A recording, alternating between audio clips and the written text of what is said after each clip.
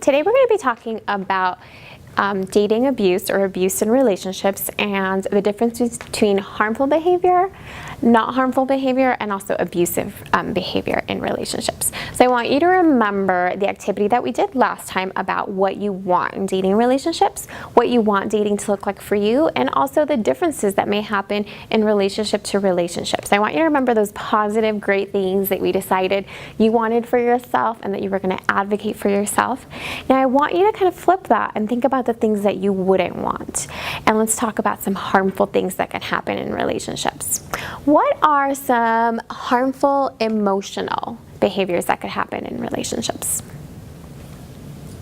Name calling. So name calling or put downs, perfect. What else? Just says, mean things to you to make you sad. So negative comments. I'm hurting you emotionally. That's such a good one. What else? It's almost like the whole ghosting thing, like just ignoring you. Yeah. Ignoring you. Somebody said ghosting. That's such a great word, which is a common word now for just ignoring you or disappearing. Another common one is minimizing or also isolating you. And so what are some examples of some physical harmful behaviors? Hitting. Hitting. Even like sexual expectations, like not wanting to do things. So sexual coercion or sexual... Did you put rape in there? We would. Rape.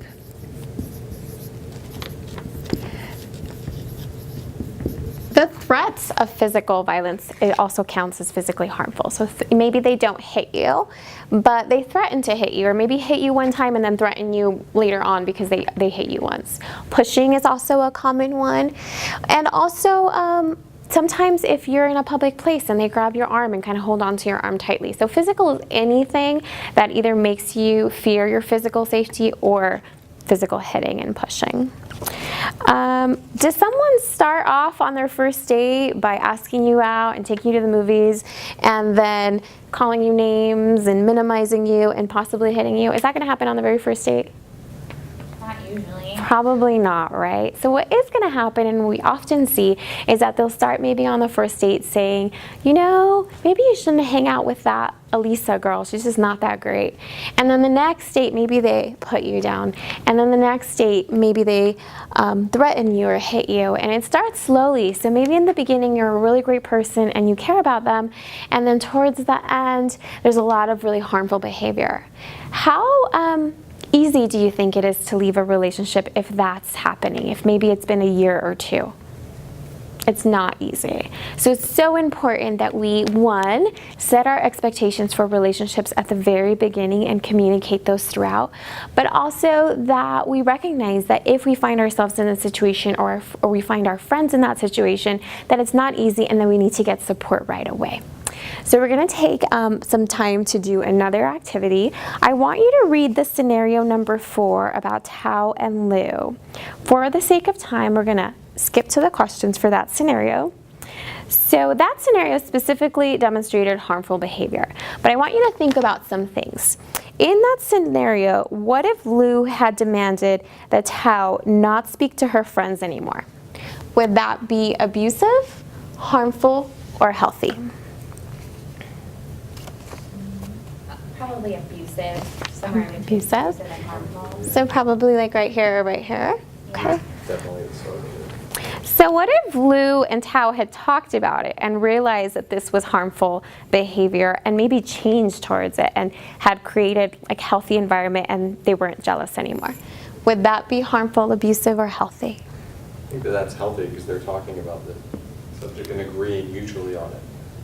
Did the way that they handled it change the situation that happened in scenario 4? No, it doesn't change what happened, but it does change the end point.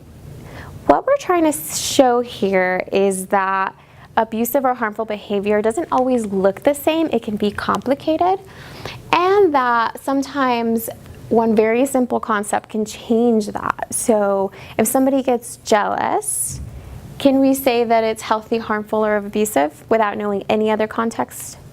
No. But the way that people react to it through, what's the key word here? Any ideas? Communication. Through communication. And that is the key to a lot of these behaviors. So if you find yourself asking yourself in a relationship, I'm not sure if this is healthy or not, think back to the gut feeling and how the communication is happening, and that can usually tell you. And it's also important that you go to someone that maybe can help you talk through it, and those resources are really important. So we're going to talk about some tips on the facilitation of how to define dating abuse. So that is such an important scenario and a jump into some of like the more harmful or difficult conversations that we have. Something to always be aware of is that for some students this may be the first time or the only time that they will have this defined. A common question that I like to ask, and I tell the students, you don't have to raise your hand, I just want you to think about it, is how many of you have had a conversation about what dating abuse looks like? Most students will nod their heads no. And I'll give an example of my life that I never had that conversation, so I learned it from peers and just kind of watching films. And so that's a really great segue to kind of humanize your experience in that, and then also give them a way to opt in that they may not have ever had this conversation, and that's okay.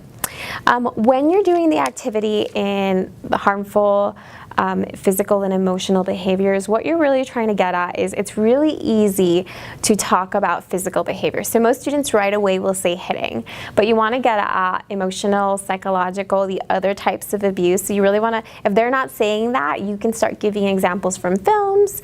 Twilight's a good example, but really there's a whole lot of different examples, and you can give examples, from anonymous stories that you may have.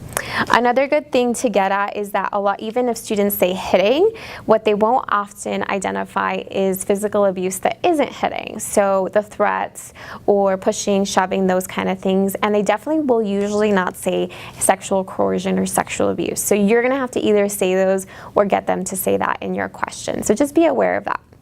Once you have them all listed, you're going to jump into some kind of activity. It can either be a group activity, a scenario like we used to do the difference between abusive, harmful, and healthy. And really what you're trying to get that is that one, spotting or identifying abusive behavior isn't easy. It's not even easy for adults or people that are married and have had lots of relationship experience. So it's definitely not easy for a teen that has never had a relationship or never had a conversation about what abuse looks like. So you're trying to get about how complex.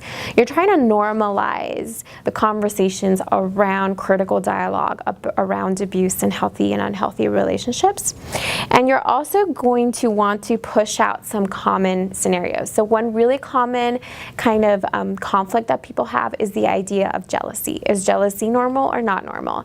And so that's one that if they don't bring it up, I'll bring it up right away. And you also always want to point out the idea of boundaries and communication. That's going to come up in the next sections. And so you definitely at least want to touch base on it in that scenario or in one of the group activities for this section so that they can start thinking about the complexities and also the power that can be in communication and boundary setting. So if you have any questions or comments about these topics, you can reach me at s.murgia@raperecoverycenter.org.